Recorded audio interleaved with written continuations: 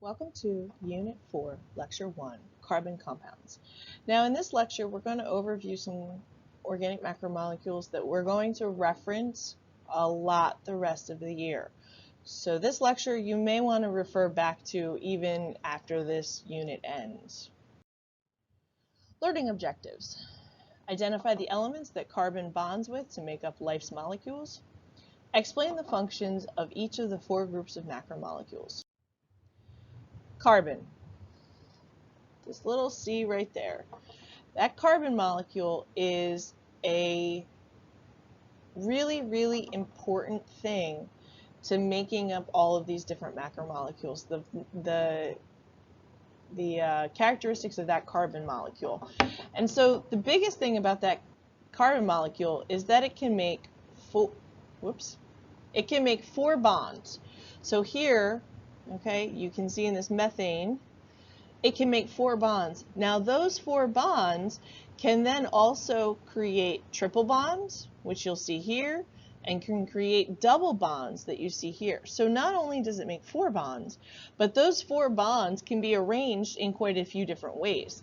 Then, on top of that, okay, it can turn things, it can make a long chain of carbons. There are some carbon molecules that are 36, 37, 40 plus carbon molecules long. Okay, it can make a chain. It can put them together in this ring. And last but not least, it can make a branching chain. So here we have carbon molecules there, we have carbon molecules there, and we have carbon molecules there. So not only can it work in a straight line, all right, it can go in a straight line, it can go in a ring, it can also go in all sorts of different ways, okay, that branching chain. Macromolecules, and the term macromolecules, all right, oops, I meant to highlight that. Macromolecules just means large molecules. That's all macro means. And macromolecules are organic molecules that are found in living things. So they're not necessarily alive, but they help create life. They end up being made through this process of polymerization. And that just means to make a polymer. Okay? So these subunits, these individual blocks, are called monomers.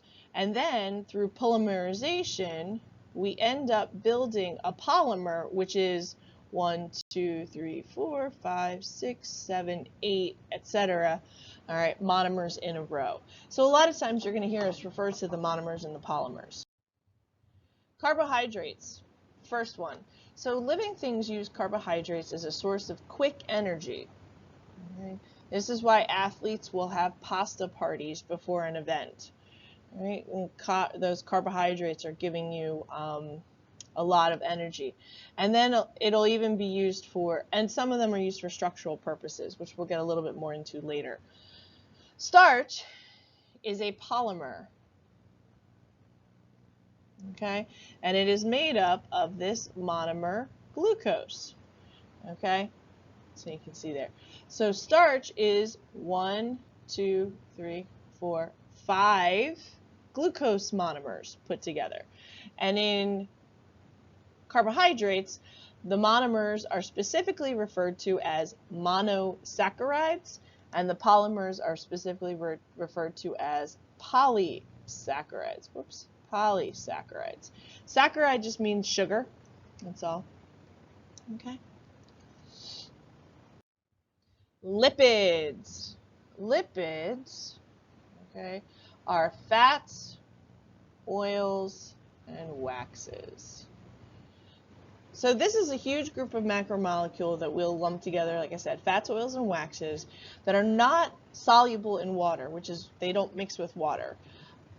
They're generally nonpolar. So we talked about water being polar.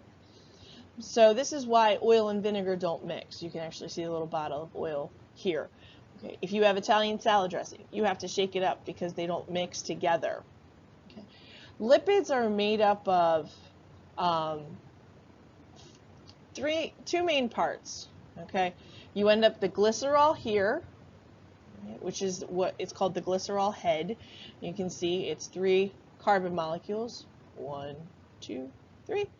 Okay. And then they're attached to the 3 fatty acids, 1, 2, 3. So this is known as a triglyceride. Tri means 3, all right, glyceride.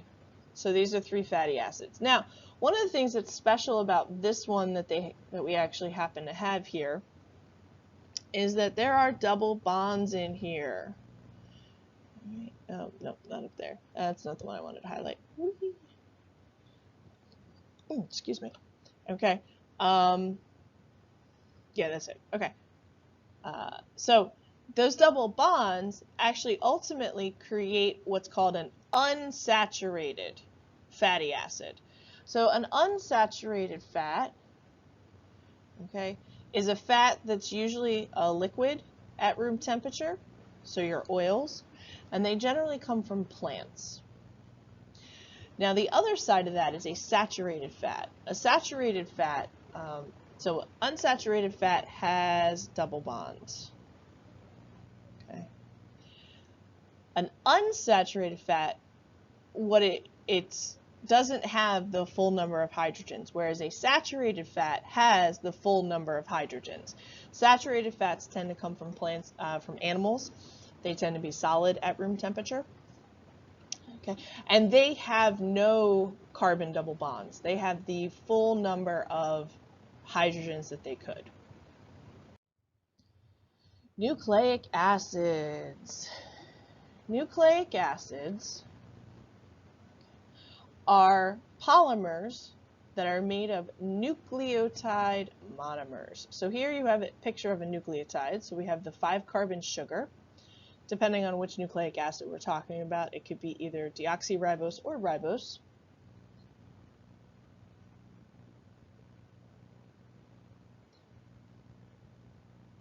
Okay. We have the phosphate group, which is basically just a phosphate and a few oxygens. And then we have the nitrogenous base. You may remember the nitrogenous bases from middle school, A, T, G, C, and U. And we're going to talk a lot more about these later. All right, so we're not going to get too hopped up on them right now. But if you haven't been able to guess, nucleic acids, there's 2 of them, RNA and DNA. Nucleic acids then help us build proteins, which again, we're going to talk about. Proteins are made up of amino acid monomers. So here's a generic structure of an amino acid. There's 20 different amino acids that we need, okay? But they all kind of follow the same pattern. They have the amino group over here, okay? So you can see it's got the nitrogen, 2 hydrogens, and then it's got the carboxyl group over here. Okay, drawing a lot of arrows, sorry. And then this R group is actually what makes different amino acids. So you can see down here, this R group, we've got a methyl group here, we've got a methyl and a hydroxyl group here. Okay, and then what happens is over the course of the polymerization actually makes, oh, come on. Okay, polymerization makes the peptide bond. Come on. Polymerization. Because what we're doing is we're making a long polypeptide, which is what the special name for a protein is.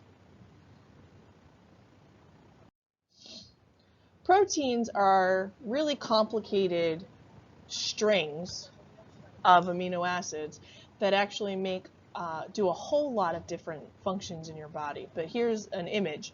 So we end up getting all of these amino acids you can see here in a chain, and then we fold that chain up and move it around and all sorts of other stuff to build what's known as a polypeptide.